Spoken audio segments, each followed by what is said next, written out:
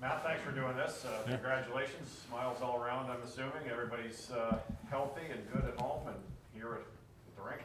Yeah, everybody's good.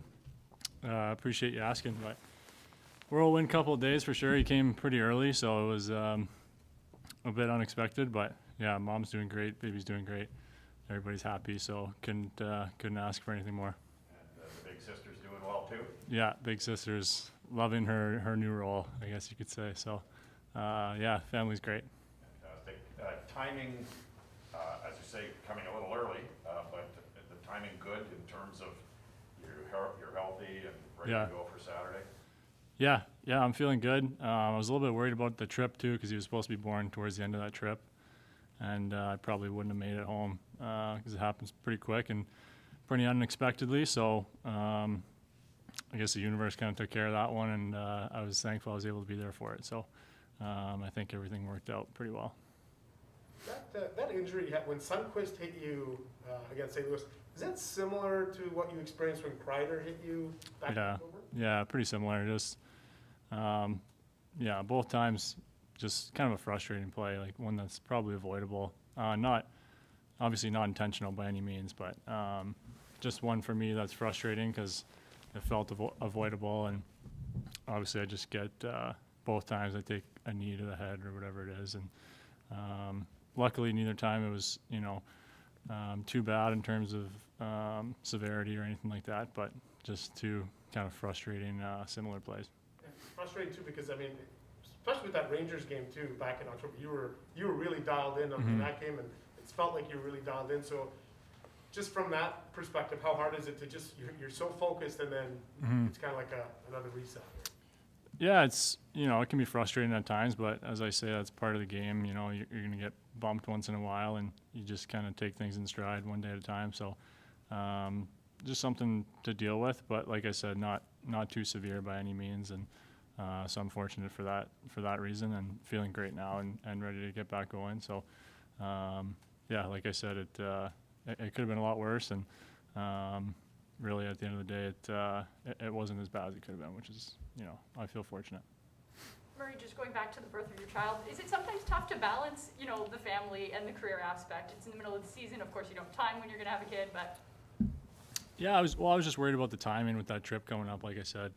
But, that part's kind of out of your hands. You do what you can to prepare for it, but really it's out of your control. So I was trying not to think about it.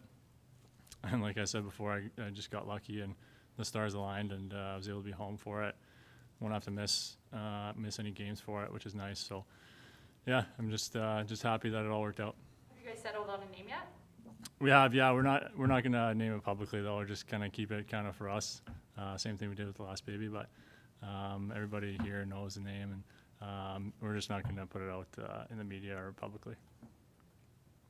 At the possibility Saturday of playing against Andrew Hammond, who's got a pretty legendary story here in Ottawa. How much are you familiar with that story? A little bit, not super familiar to be honest. I think that was kind of before my time. I think I hadn't even played a game in the NHL yet, so I wasn't paying too close attention. But I know his story just of being. It seems like he's got a story of kind of resilience, and I know he had that run here, and then he's been.